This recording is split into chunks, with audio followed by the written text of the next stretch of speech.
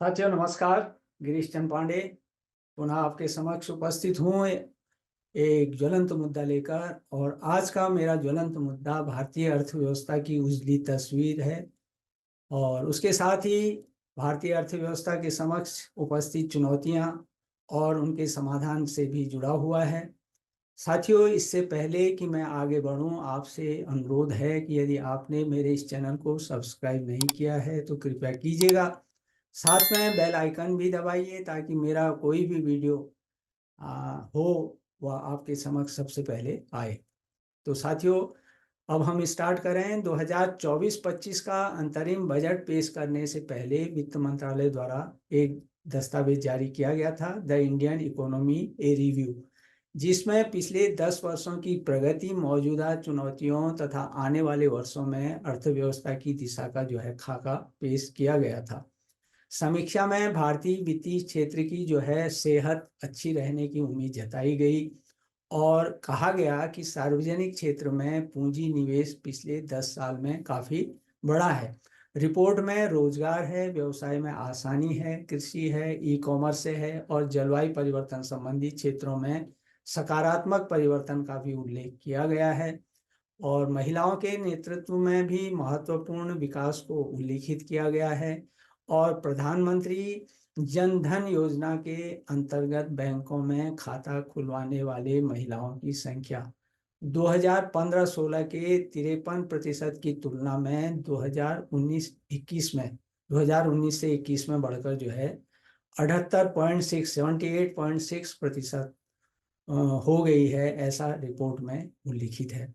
भारत के मजबूत डिजिटल सार्वजनिक आधारभूत ढांचे के बारे में चर्चा करते हुए रिपोर्ट में कहा गया है कि सत्यापन की व्यवस्था में बदलाव से EKYC की लागत जो है 1,000 रुपये से घटकर 5 रुपये रह गई है। रिपोर्ट में भारत को विश्व में अमेरिका और ब्रिटेन के बाद तीसरे सबसे बड़ी वित्त प्रौद्योगिकी अर्थव्यवस्था बताया गया है। साथ ही वित्त वर्ष 2023-24 में भारत की GDP ग्रोथ जो है 7% से अधिक होने की उम्मीद व्यक्त की गई है।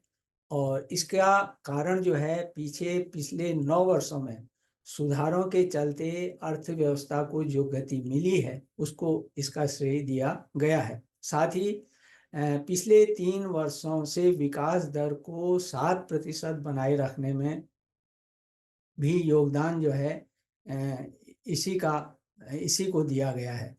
इस प्रकार वित्त वर्ष 2023-24 लगातार तीसरा ऐसा वर्ष है जब भारतीय अर्थव्यवस्था में 7% से अधिक की वृद्धि दर्ज की जा रही है।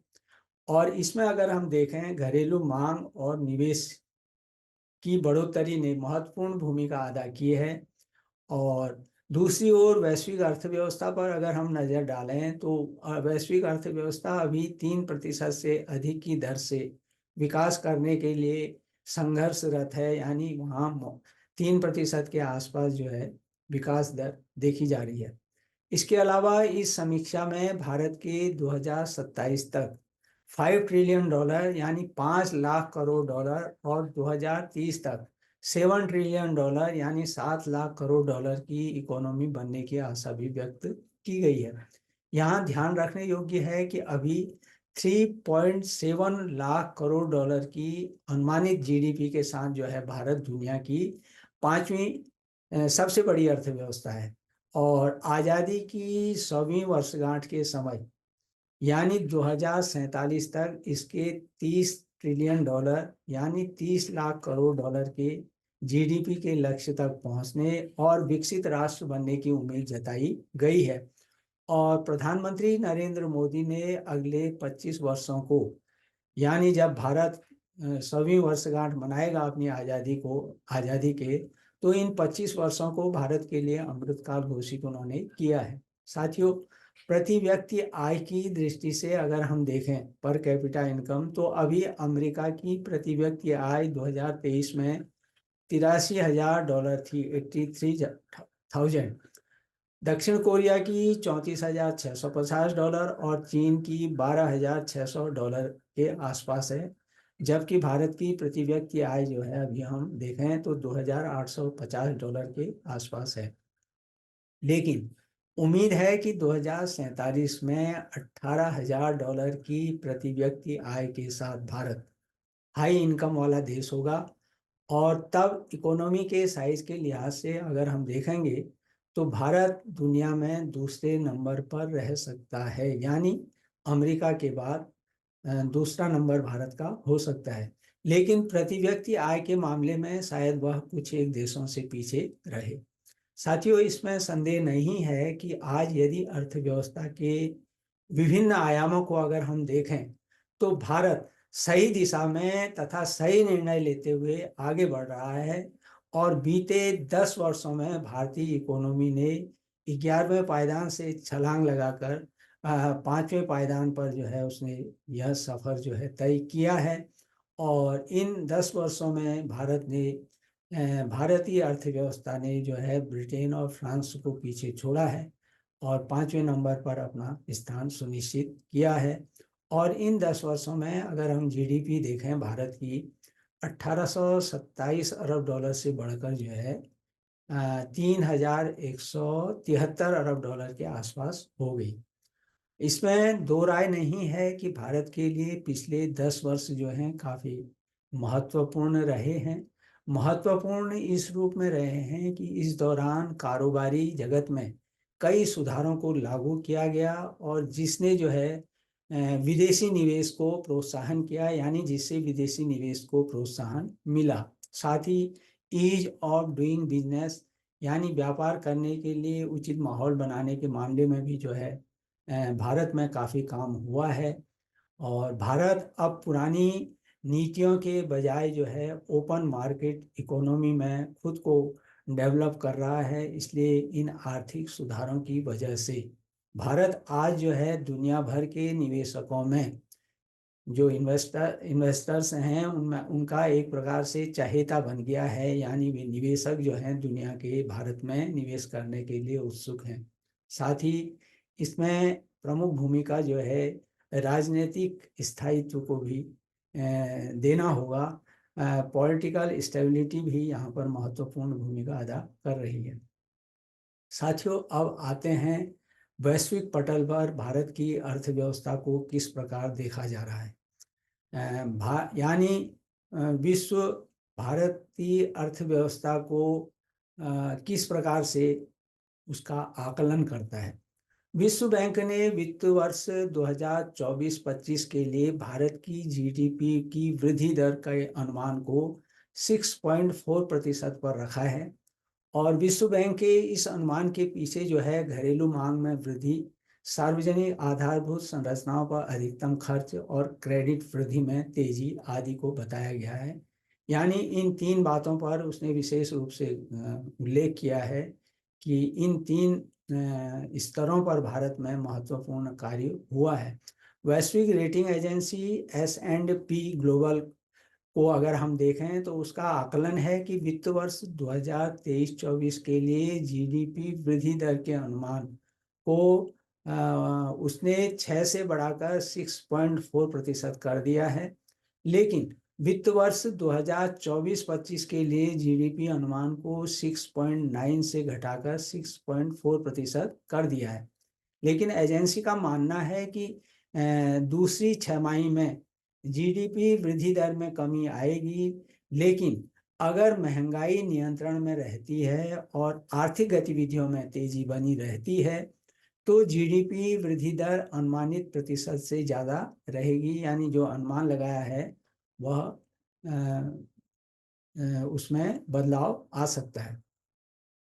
इसके अलावा वैश्विक रेटिंग एजेंसी फिच का आकलन अगर हम देखें तो उसने भारत की BBB रेटिंग जो है बरकरार रखी है। इसका यह अर्थ हुआ कि भारतीय अर्थव्यवस्था में जो है मजबूती बनी रहेगी। और फिच का यह भी मानना है कि भारत में महंगाई स्थिर बनी हुई है और वित्त वर्ष 2024 के अंत तक यह घटकर 4.7% के स्तर पर रह सकती है।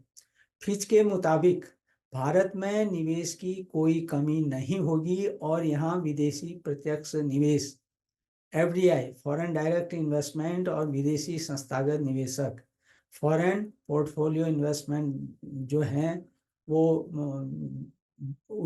निवेश जो है करते रहेंगे, उसमें कोई कमी नहीं आएगी। खपत में भी वृद्धि होगी, कंजम्पशन में, और जिससे मांग और आपूर्ति में तेजी आएगी और आर्थिक गतिविधियों को बल मिलेगा। यानी सभी बातें जो फिच ने कही हैं वो भारतीय अर्थव्यवस्था के अनुकूल कही है। वर्ल्ड पॉपुलेशन रिव्यू का कहना है कि भारत का सर्विस सेक्टर यानी सेवा क्षेत्र, जिसमें होटल है, परिवहन है, संचार आदि शामिल है, दुनिया का तेजी से बढ़ता सेक्टर है।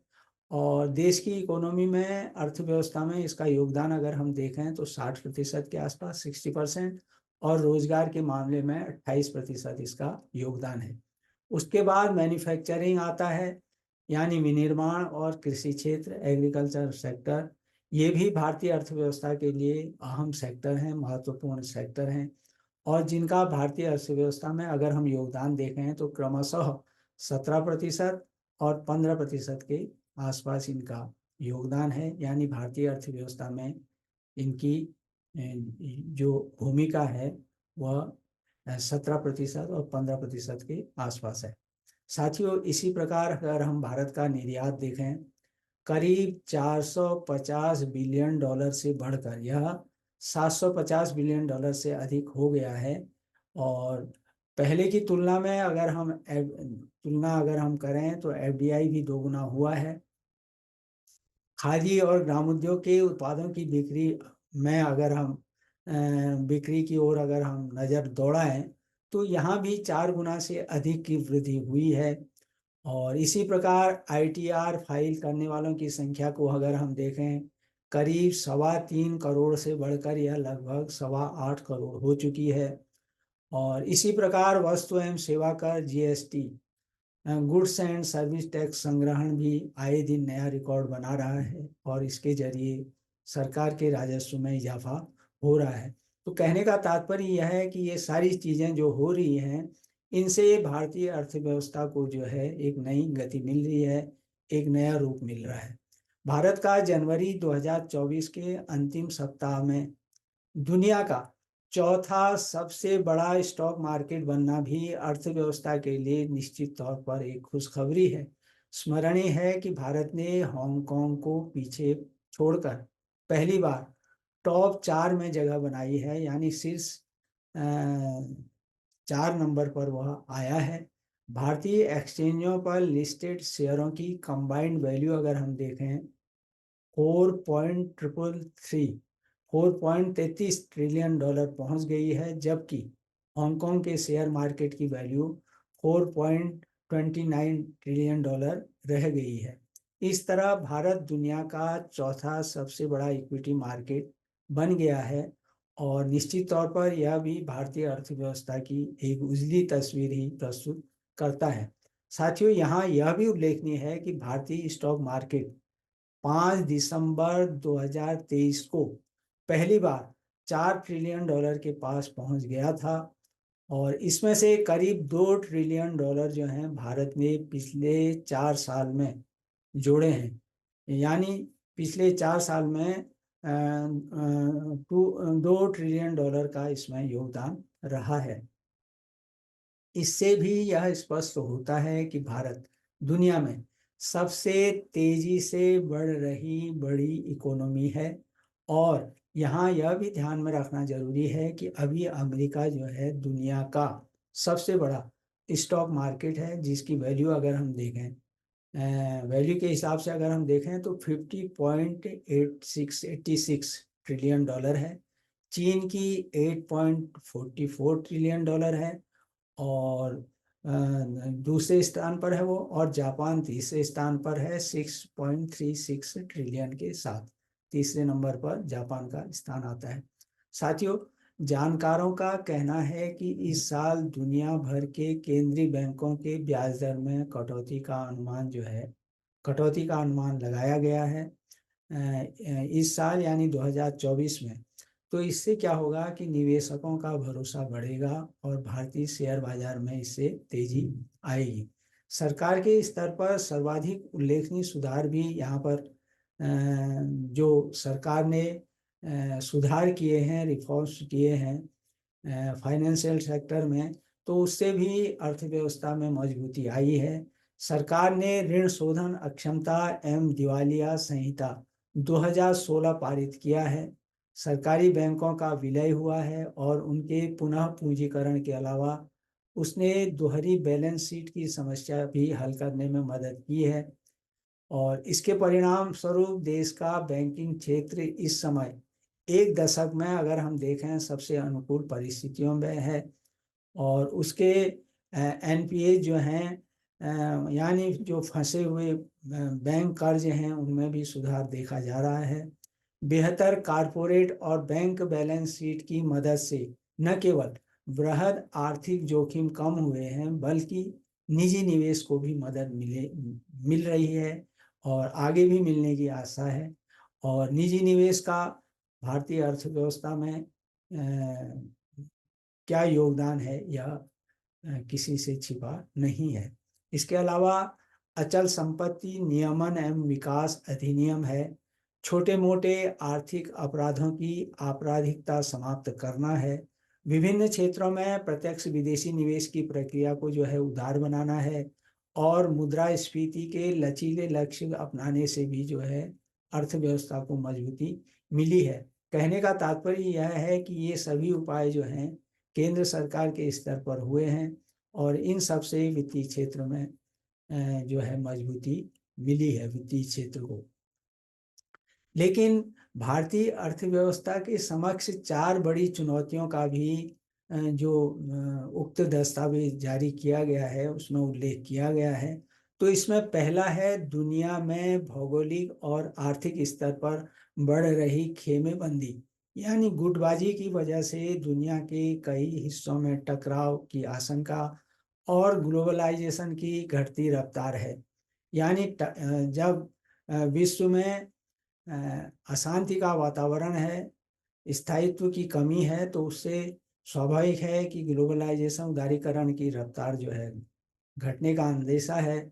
और यदि ऐसा होता है तो उससे स्वाभाविक तौर पर वैश्विक व्यापार और वैश्विक ग्रोथ ग्लोबल ग्रोथ पर जो है उसका असर पड़ना लाजिमी है। दूसरा उसमें है ऊर्जा सुरक्षा के तहत पेट्रोल डीजल जैसे फॉसिल फ्यूल से ऊर्जा के नवीकरणीय स्रोतों को अपनाकर ऊर्जा सुनिश्चित करना है। यह एक ऊर्जा सुरक्षा के मामले की यह दूसरी चुनौती भारत के समक्ष है।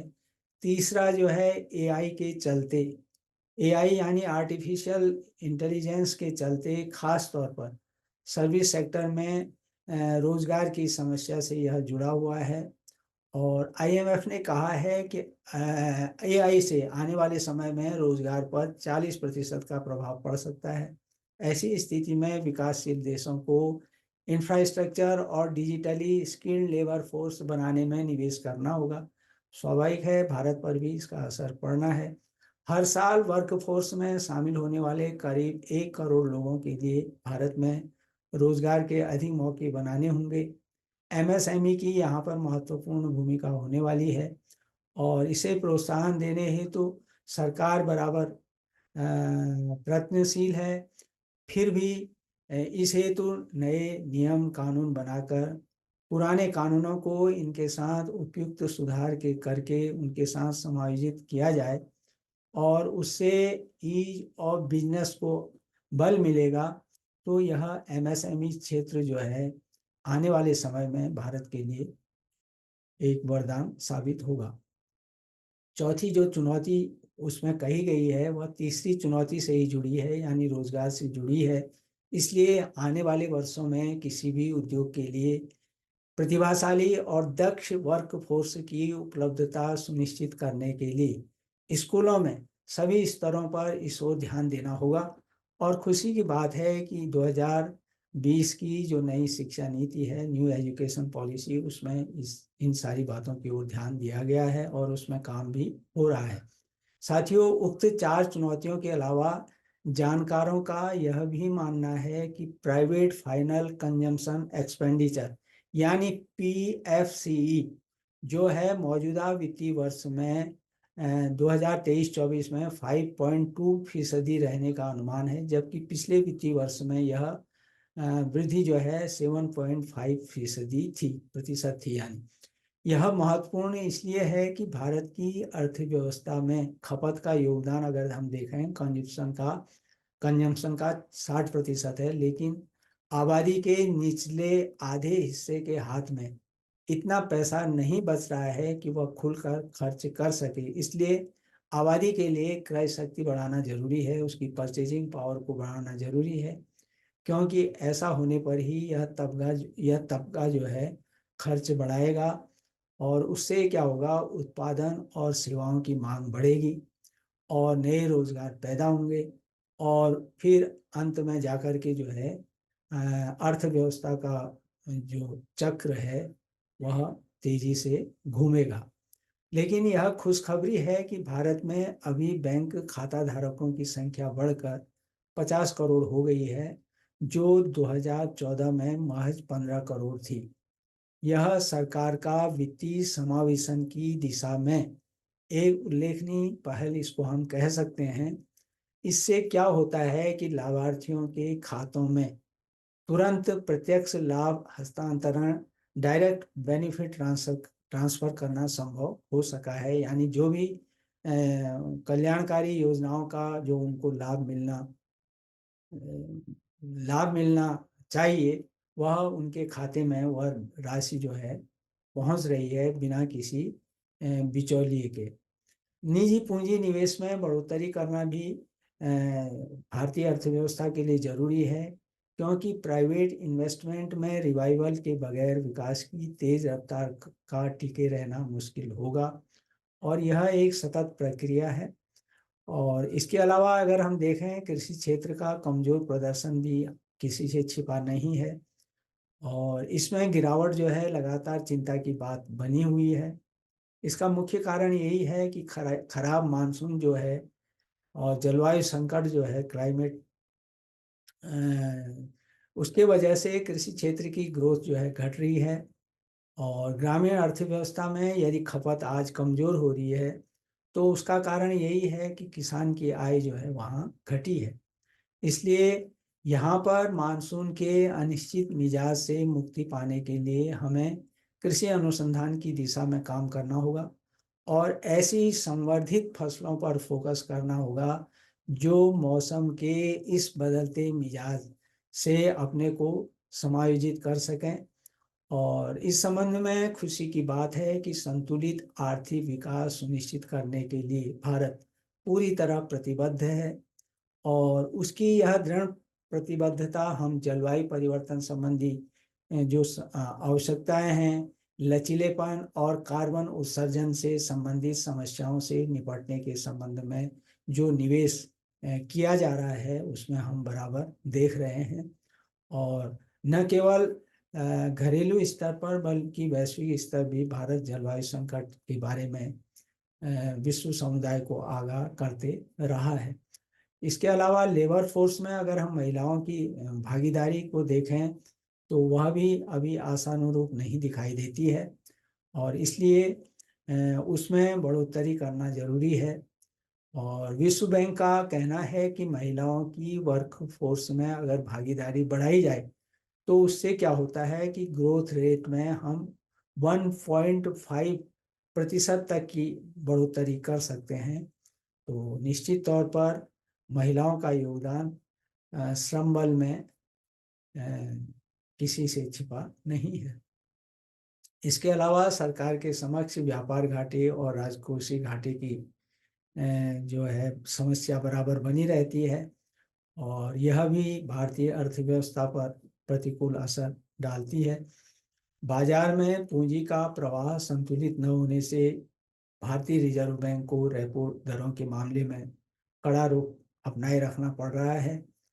तो इसका परिणाम आय में असमानता के तौर पर हम देखते हैं और आय असमानता किसी भी समाज के लिए जो है एक सुखकर स्थिति हम इसको नहीं कह सकते हैं।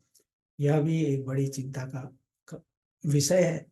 लेकिन सरकार का ध्यान इन सभी चुनौतियों की तरफ है और इसलिए बराबर वह इस संबंध में कोशिश करती रही है, प्रयास करती रही है। और 2024-25 के अंतरिम बजट में अगर हम देखें, उक्त सभी चुनौतियों का समाधान खोजने और विकसित भारत की विशाल संरचना में 4 मजबूत स्तंभों पर, युवा शक्ति है, नारी शक्ति है, किसान है, गरीब है, इन चारों पर फोकस किया गया है। और इनके सशक्तिकरण की दिशा में पर्याप्त बजटीय व्यवस्था भी की गई है। तो हम आशा करते हैं कि इससे निश्चित तौर पर भारत के जनसांख्यिकी लाभांश, डेमोग्राफिक जो डिविडेंड है उसका, आर्थिक सुधार है, मेक इन इंडिया है, डिजिटल इंडिया है, स्टार्टअप इकोसिस्टम है, स्मार्ट सिटीज पहल है तथा टेक्नोलॉजिकल एडवांसमेंट, प्रौद्योगिकी प्रगति है। ये सारे जो भी भारत ने पहलकदमियाँ की हैं, इन सब का जो मिश्रण है, इन सब का जो समन्वित लाभ जो है भारत की अर्थव्यवस्था को आने वाले समय में मिलने वाला है। तो साथियों, यही आज का मेरा मुद्दा था जो मैंने आपके समक्ष शेयर किया, और उम्मीद करता हूँ कि आप अपनी टिप्पणी अवश्य देंगे। पसंद नापसंद दोनों का मैं हमेशा स्वागत करता हूँ। और अंत में, जैसा मैं पहले भी उल्लेख करते आया हूँ कि 2023 में मेरी कुछ पुस्तकें बाजार में आई हैं, और यदि समय मिले आप उनका अध्ययन करेंगे तो अवश्य लाभान्वित होंगे। तो इन्हीं शब्दों के साथ मिलता हूँ आपसे पुनः नए ज्वलंत मुद्दे पर। तब तक आप सुखी रहिए, स्वस्थ रहिए, प्रसन्नचित्त रहिए, लेकिन मेरे आने वाले ज्वलंत मुद्दे का अवश्य इंतजार कीजिए बेसब्री से। तो इन्हीं शब्दों के साथ मिलता हूँ पुनः एक नए ज्वलंत मुद्दे के साथ। तब तक के लिए नमस्कार।